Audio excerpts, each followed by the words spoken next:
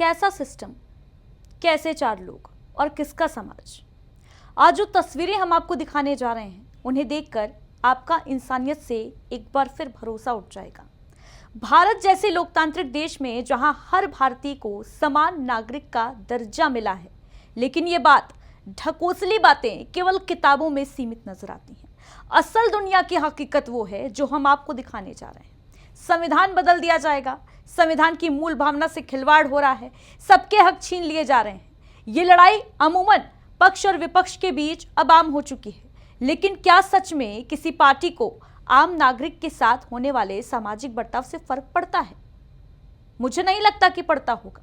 वो उस जाति का था, उसे फलाना पार्टी सम्मानित करेगी, वो विशेष जाति से था, उसे ठिकाना पार्टी सम्मानित करेगी, पर इंसानियत के साथ कौन खड़ा होगा? पुल पर से अपनी मां के शव को लेकर जब एक बेटा गुजरा तो केवल वही नहीं गुजरा, इंसानियत पर से भरोसा भी गुजर गया। ऐसा इसलिए क्योंकि पुल की मरम्मत का हवाला देकर एक एम्बुलेंस को रास्ता नहीं दिया गया। लेकिन विधायक जी, अरे मजाल है इनको कोई चूतक कर दे।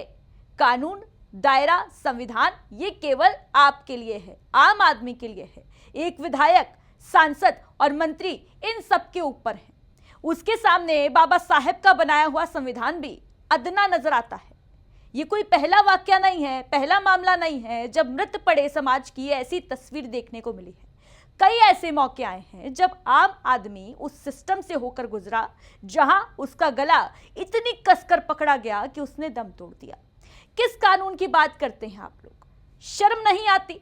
ये पूरा मामला उत्तर प्रदेश के हमीरपुर का है, जहां एक बेटे को पुल के मरम्मत का कार्य बताकर उसकी एम्बुलेंस वहां से गुजरने नहीं दी गई, जबकि बेटा अपनी मृत मां को लेकर घर जा रहा था। लेकिन विधायक और सरकारी साहबों की गाड़ियों के काफिले को रोकने की मजाल किसमें थी भला?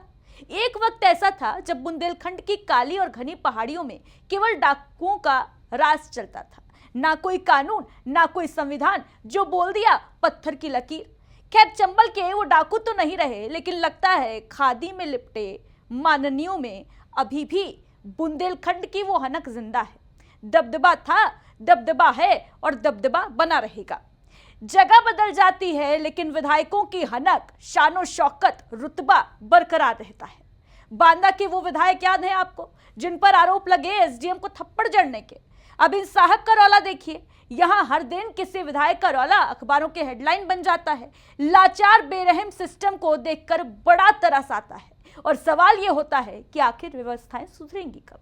मामले ने तूल पकड़ा तो सियासत भी निकल पड़ी अपने काम पर। समाजवादी पार्टी, कांग्रेस सब बीजेपी को घेरने में जुट गए। सपा और कांग्रेस दोनों ने सोशल मीडिया एक्स पर ट्वीट करते हुए बीजेपी पर निशाना साधा। मामला सत्ता दल के विधायक से जुड़ा है, इसलिए विपक्ष बेचैन है। लेकिन क्या विपक्ष के दामन में दाग नहीं? कहा जाता है जिनके घर शीशे के होते हैं दूसरों के घरों पर पत्थर से हमला नहीं करते। अखिलेश यादव की ही सरकार की बात है। एक मंत्री थे, माननीय मंत्री थे, जिनके भैंस को ढूंढने के लिए पूरा का पूरा ब्यूरोक्रेट लगा दिया गया था। जिसकी लाठी उसकी भैंस, यानी जो सिस्टम में रहा उसने अपने तरीके से सिस्टम को दौड़ाया, इतना दौड़ाया कि सिस्टम घिस गया। बीजेपी के सदर विधायक नियमों को ताक पर रखने वाले कोई पहले नेता नहीं है। इनसे पहले भी कई नेता हुए हैं, कई माननीय हुए हैं, जिनके अफसाने सियासी गलियारों में चर्चा का विषय बने हैं। इस मामले में जब फजीहत होने लगी तो दौड़ पड़े अफसर और रटने लगे अपने वही पुराने नगमे। सुनिए।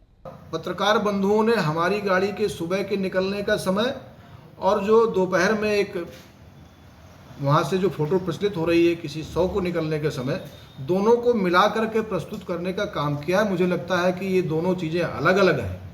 जब जिले का प्रशासन बार बार प्रसारित कर रहा है कि यह पुल इतने बजे से बंद होकर के इतने बजे खुलेगा, तो आप जानते हैं कि बंद होने में और करने में समय लगता है, लगभग 1 घंटे का समय लगता है। उसी प्रत्याशा में मैं वहाँ से गया था।